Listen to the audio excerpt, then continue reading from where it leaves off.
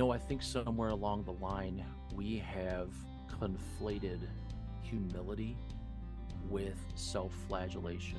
And what I mean by that is, I've seen in my own life and I've seen in the lives of other people, they feel like they're being prideful if they're not beating themselves up.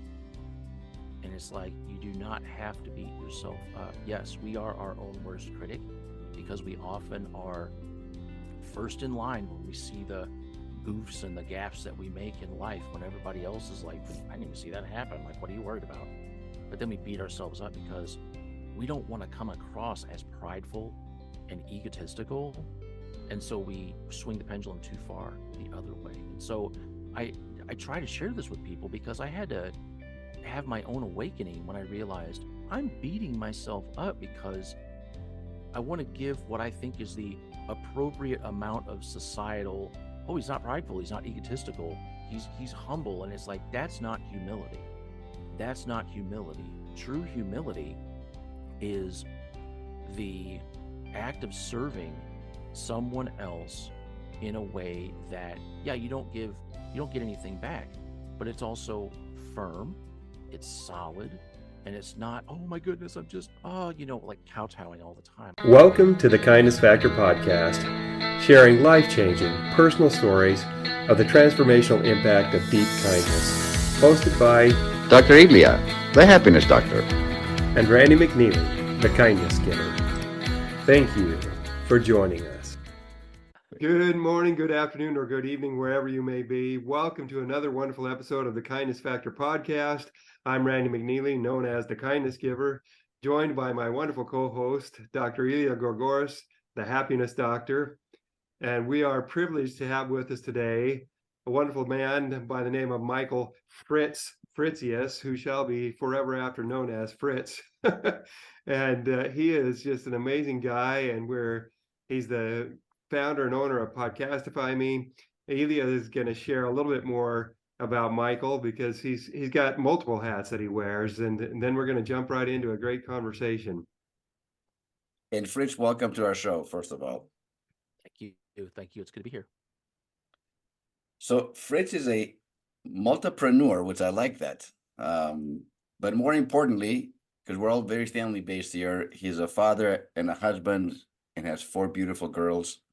So I love that. And I love the sign behind you, "We love you." But that's looks like one of your daughters made that. Did she? Yeah, one of them, couple of them actually collaborated. They made that for me for my birthday this past February. Very nice. He also runs a full-service podcasting agency, like Randy said, called Podcastify Me, and also runs a clean lifestyle company with his wife, Charlotte, called Exactly Zero. I want to learn more about that, too. And all 4 of their girls are growing to be entrepreneurs themselves, and he enjoys bringing his whole life, his whole self to life every day, growing himself and the people around him. So, Fritz, welcome to the show. Thank you. You're welcome. We really appreciate you being here with us today. And so we have a quick question for you. Obviously, this is the Kindness Factor podcast, and what we focus on is asking people who come on our show to share with us inspiring, maybe life-transforming experiences that they've had with kindness. Some experience that you've had that stands out to you that you would like to share with our audience. Wow, if I had to nail one down, people are kind to me a lot, and it's not like, oh, I got one of those faces that you can be kind to. It's just, I continually put myself in situations where people are just really, really nice to me. And the one that comes to mind is the first time someone in my career took a noticeable risk on me. So I came out of the financial sector, I came out of the software testing and automation sector years ago. And I didn't realize at the time that I was launching into a career, little baby step at a time, into being an entrepreneur. But my first step was go from being a full-time W-2 employee to becoming a contractor. It's like, ooh, super scary. Oh my goodness. I interviewed at a place, and in that process, they said, well, here's what our challenge is. We need automated testing written for this system. It's written in this computer language. And I told him, I said, you know, I have not ever written anything in that language before, and I've never done testing like this, but I'm willing to learn. And they said, yeah, we know you're willing to learn. You've got the chops to do this. We have no doubt that, yeah, there's going to be a little bit of a learning curve, but you'll knock it out of the park. We know it. And that guy's name was Srinivas, and he was my boss for about a year. And he was the one that just the kindness of taking risk when, yeah, he's putting his name on the line. Like if I mess up, well, it's going to look bad on him. But he took a risk on me, and he gave me the latitude to learn as I go, gave me enough time to ramp up. And within a week, I had knocked out something that multiple people had tried and they weren't able to succeed at. So I'm like, yes, I got some street cred for the software testing team that day. But what an amazing display of kindness that he would put his reputation a little bit on the line in order to give me an opportunity to succeed. It's a wonderful thing when somebody believes in you, you know, and you haven't really proven yourself yet, and then they have that confidence in you. It's like, you have what it takes, I can tell, so I'm going to give you an opportunity to hit it out of the park. Yep. That will stay with you for the rest of your life, Fritz. No question about it. Well, and so the Absolutely. thought that comes to my mind is how did that impact your confidence going forward? How is that still impacting your confidence? Well, the way it impacted my confidence was I trusted myself a lot more after the fact. I had to figure out some downright dirty ways to achieve the challenge that they put before me. And I had to learn some stuff on the fly really, really quickly. I tried every trick that I knew. I had to learn tricks. I had to learn new ways to learn tricks. And it was, I don't know if you've ever seen people that do software development. They have this state of mind called the flow. I think a lot of backgrounds have it, but the flow is just, you can't divert them, you can't distract them. It's almost like they can't even hear you. You're just just typing constantly, and results and data and information was coming out. I'm like, okay, we're onto something. I'm nudging it forward. But it gave me such a realization of, I have a lot of tenacity. I have a lot of persistence that I didn't realize I had until my back was against the wall and I could develop that confidence in myself. And it's like, hey, I can actually mash the pedal on life and business and faith and learning and everything and trust that it's going to be okay. It might be a little bit owie. You might have to learn some dirty tricks, one or two or 12, but you'll figure it out. You always do. You've never gotten stuck. That was my first instance of that, and it has not been the last. Actually, one of the toughest questions is to what we ask at the beginning of the show is to come up with one kindness experience, because most of us have had a multitude of experiences like that. It's hard to come down to just one. But how do you pay that kindness forward in your life, whether it's your family, your extended family, friends, or total strangers, if you will, in both professionally or personally? How does that play out and continues to play out in your life? Yeah, well, it's the same energy, just like somebody invested their trust in me without, they don't really have a good way to measure ROI yet because they've never done this before. This is my first time. And so giving myself the freedom and the latitude to invest at least that much trust in other people, that's how I pay it forward. It's like, I remember how I felt when somebody invested that trust in me. And I knew because I had that weight on me, it's like, this is a great gift. I have to use it the best of my ability. What am I going to do? Drop it on the floor? I don't want to do that. I want to make this guy look bad. And I find that when I invest that trust, it's a moment of growth for me. Like, yes, I'm putting a little bit of my reputation on the line if that doesn't end up going according to plan, but it's not the end of the world if it falls apart. And they know that. I make sure that anybody that works with me, whether they're a full-time employee or a contractor or a virtual assistant, I make sure they know, hey, you're not going to screw things up so bad that it's just going to like be a world-ending catastrophe. Like the business is not going to fail because you sent an email at the wrong time. Be kinder to yourself. And I'm giving you the latitude and really the sandbox to play and learn and grow and achieve and really push your boundaries. So it's amazing. It's like a ripple effect. It's just, that's how I pay it forward all the time.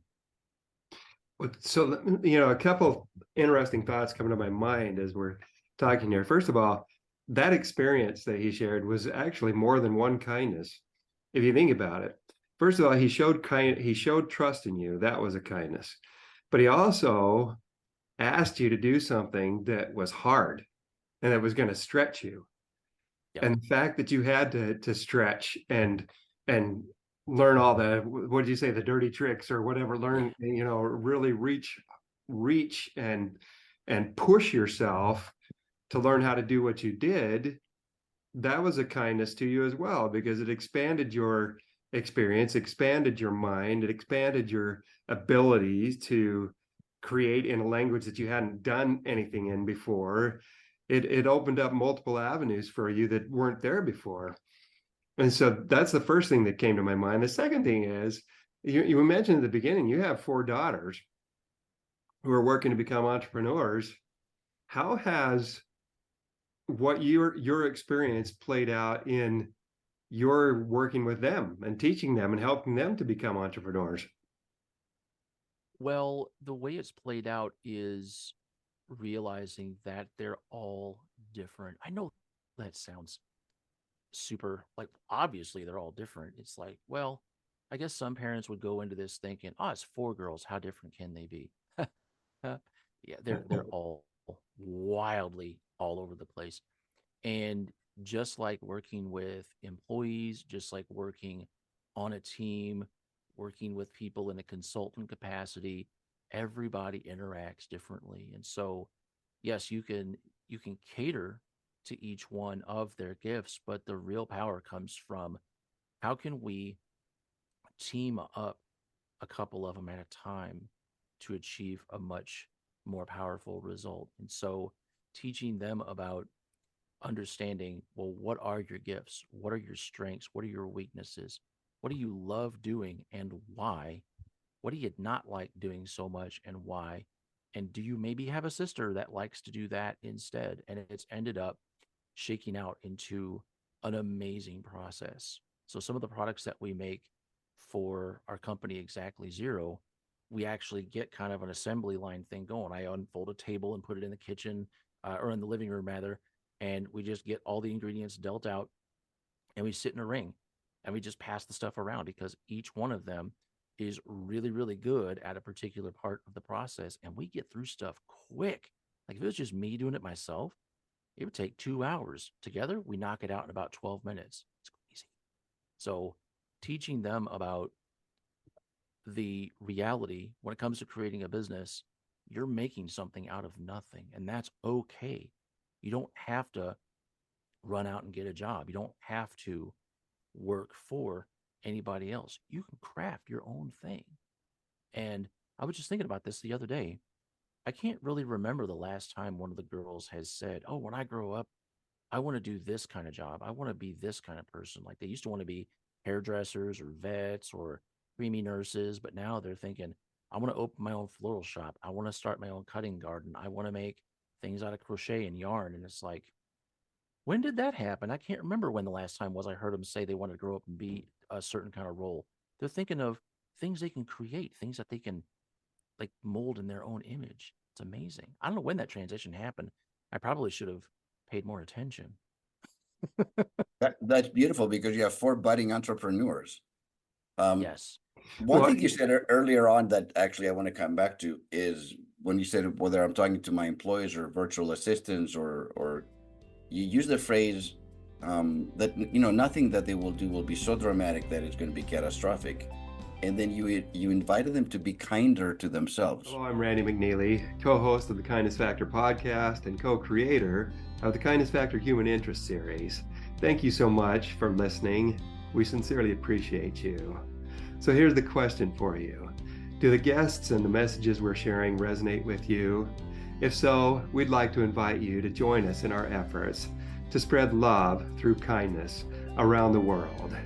You can do so simply by visiting our Buzzsprout subscription page at the link listed in the description and taking out a monthly subscription. You can pay up to $10 per month. Your support will enable us to continue to deliver great content and to take our message to a much broader audience. Remember, with kindness, everybody wins. Thank you for your support. And I love that message, because isn't that the crux? My experience, as a psychologist and as a happiness expert, and with Randy as the kindness giver, is that people are really struggle with being kind to themselves. And that reminder, whether it's a daily reminder or a text or an email or a hug and just a little whisper in their ears, hey, just take it easy on yourself a little bit, I think it is something that we need to continue to do, both individually and collectively, at every opportunity that we have, when talking to our loved ones or our employees or our colleagues or our customers. That's something that we can't say that enough. That's my take. So what are your thoughts about your statement, be kinder? I think somewhere along the line, we have conflated humility with self-flagellation. And what I mean by that is, I've seen in my own life, and I've seen in the lives of other people, they feel like they're being prideful if they're not beating themselves up. And it's like, you do not have to beat yourself up. Yes, we are our own worst critic, because we often are first in line when we see the goofs and the gaffes that we make in life, when everybody else is like, I didn't even see that happen. Like, what are you worried about? But then we beat ourselves up because we don't want to come across as prideful and egotistical. And so we swing the pendulum too far the other way. And so I try to share this with people, because I had to have my own awakening when I realized I'm beating myself up because I want to give what I think is the appropriate amount of societal, oh, he's not prideful, he's not egotistical, he's humble. And it's like, that's not humility. That's not humility. True humility is the act of serving someone else in a way that, yeah, you don't get anything back, but it's also firm, it's solid, and it's not, oh my goodness, I'm just, like kowtowing all the time. Like, that's not humility. Yeah, there's a certain sense of false modesty. I always dislike that when people do that, because they're doing it consciously, and rather than saying so. And I was taught this by a wonderful friend of mine. Last year, I organized in some weird way, because I'm not an organization king at all, to bring 20 really good friends on a sailing trip to Greece from the United States, and just pulled it off. 3 catamarans, 3 cabs, and all that stuff. And throughout the week, there was a lot of expression of gratitude, and to the point where it made me a little bit uncomfortable. So they were like, well, you brought us all here to this paradise. We're having an experience of a lifetime. Like, this is a life, altering. And I was like, well, we did it. And I guess I must have done that like 2 or 3 times. So one of them pulled me aside and said, listen, and she did it with love, though. When people love you, you're changing their lives. You give an opportunity to see things that something, was a bucket list thing. So when they say this to you, they mean it. They're sincere about it. So from now on, when they say that, just say, I receive that. And just agree, I receive that. And don't add anything. Don't say anything else. Don't pull yourself down in this kind of modest, oh, well, we all did it together. It's not like, no, you did it. You're the one that brought us to you. You're the one that invited us. And I said, I don't want to hear you. She was like chastising me. So for the next 4 days until the trip ended, I had to learn a new skill, which was, I receive it. Thank you. I receive it. I would be like, thank you. I receive it. It was different. I've never done that before, but that I have actually maintained that. It's been several months since the trip. When somebody pays me a compliment, now I'm like, I receive that. Thank you so much. That's all we got to say. We don't have to pretend some false modesty or pretend and it was very helpful to me. So that's one way, at least, to be able to avoid this kind of false modesty, but also receive the compliment, the love, the kindness that's extended to you. So anyway, that's what I learned, this past year. It's been very helpful. I love it. So was it weird at first when you were like, I feel like I should do more than this? Like, it took, how long did it take for that weirdness to wear off? And I'm good at receiving compliments for the most part, but at some point it became overwhelming when you have 21 people saying every day, thank you so much. At some point I'm like, no, we did it. We did this. We created this together. We manifested this.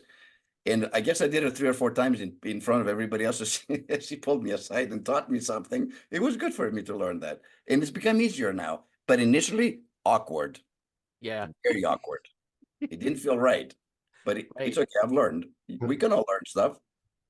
We can absolutely all learn stuff. And so I want to learn. I've got that's a segue into the next thing I want to say here. Is just, you see that fuzzy ball in front of in front of Fritz, the fuzzy microphone cover.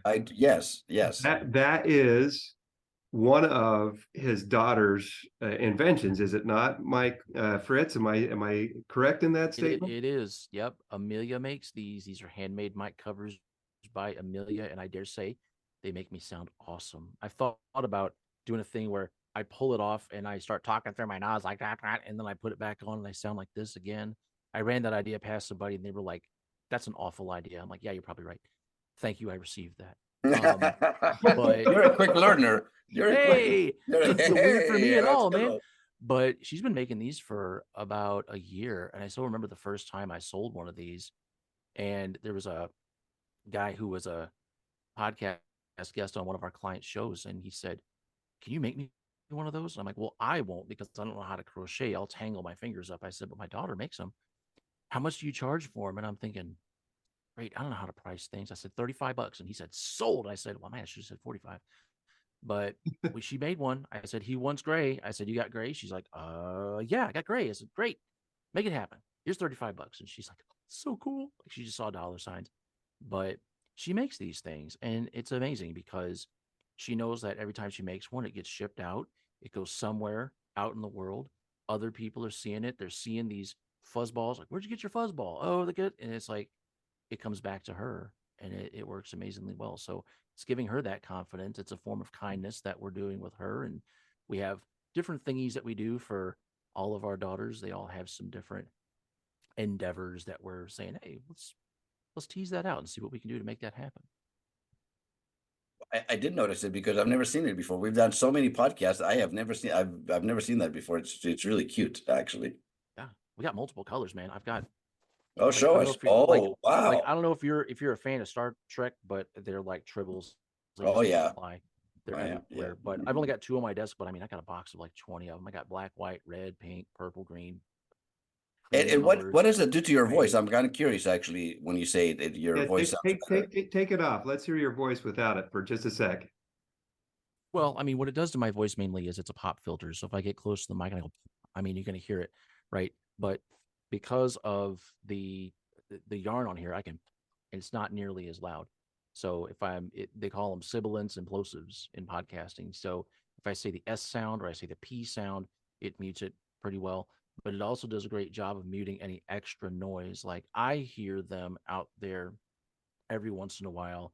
They get crazy. The door kind of bangs and stuff. And it's like, man, I can hear that. Can they hear it too? No, they can't, and it really helps to minimize the noise. But yeah, she made a prototype of this a couple of years ago, and she was making them out of they make a kind of yarn that if you wanted to make scrubby pads, like for pots and pans, you make it out of that. And she made one, and she's like, that was terrible. That hurt my fingers. And then she ran across this eyelash yarn. She started making it out of that, and she's like, that's a lot more fun to work with. And it looks cool too. It does. Somebody asked me about it back when I had the old one. Yeah. That's remarkable.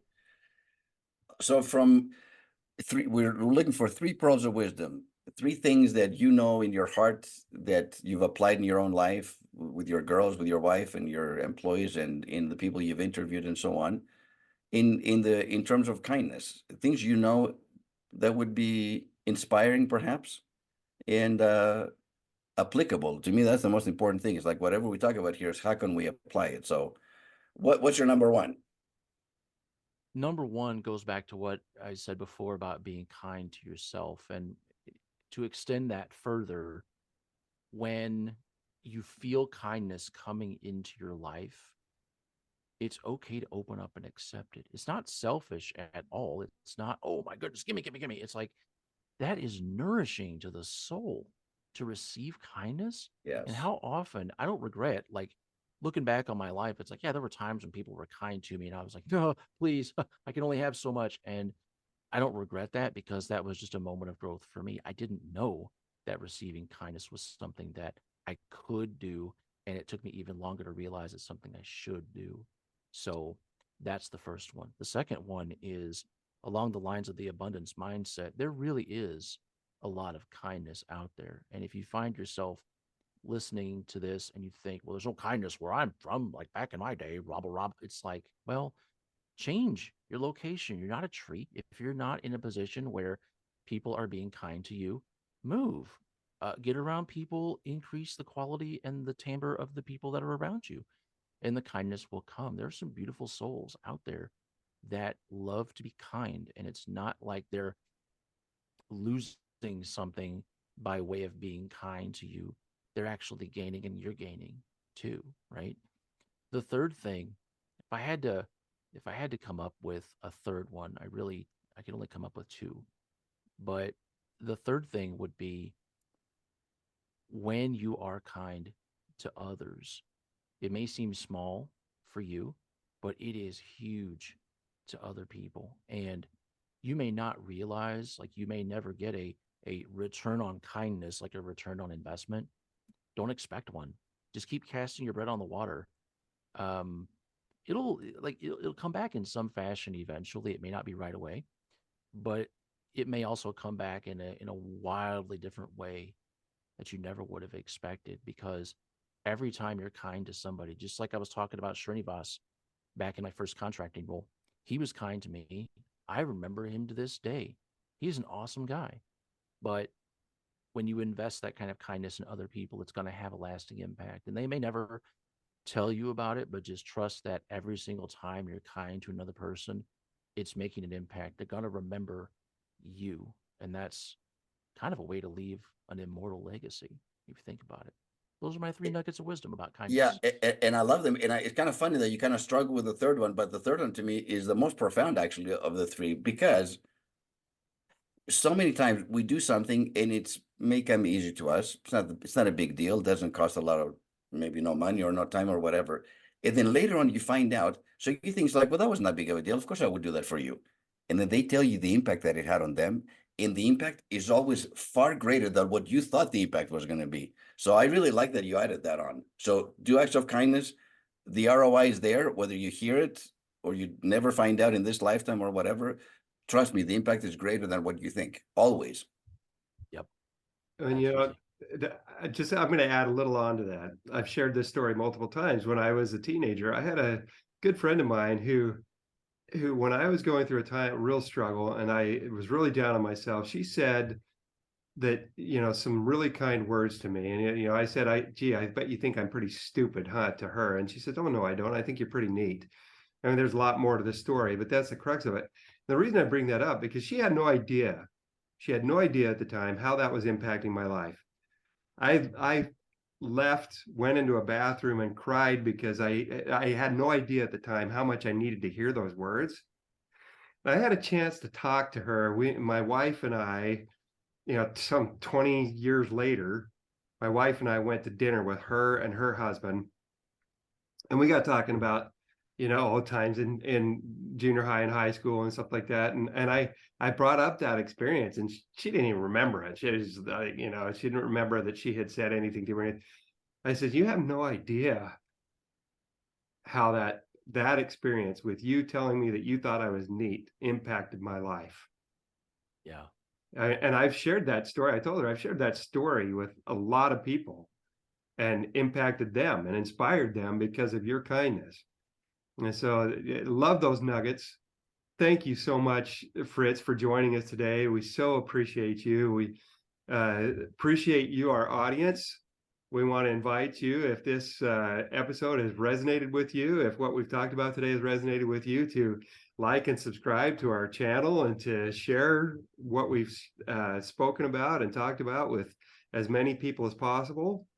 But before I go any further, I need to ask Fritz, how can our audience get in touch with you, connect with you if they so desire? Oh, that's a great question. Best way would be to email me. And whether you want to talk about podcasting or you want to talk about clean lifestyle, how we got started, how cancer in 2012 affected our journey, which, oh my goodness, it seems the opposite of kindness, but it's not. God was kind to us. Reach out via email. It's fritz@podcastify.me. So that'd be the best way to go about it. I'd love to hear from you. I'd love to hear your story about how kindness has impacted your life too. Tell it on this podcast first, of course, but then when you're done with these guys, come talk to me. I want to hear it. Thank you so much for being on the show. I know I've also found you on LinkedIn, so that's another way to connect with you as well. But Yeah. Yeah. it's been great. Congratulations on your 4 budding entrepreneurs in your family, and that's awesome. And enjoy the rest of your day. And thanks for being on our show, Fritz. Thank you. Thank you for guys. being on our show. And thanks again to our audience. Remember to like and subscribe. And if you found this useful, share it with as many people as you can. And remember, as you go about your week with kindness, Everybody wins.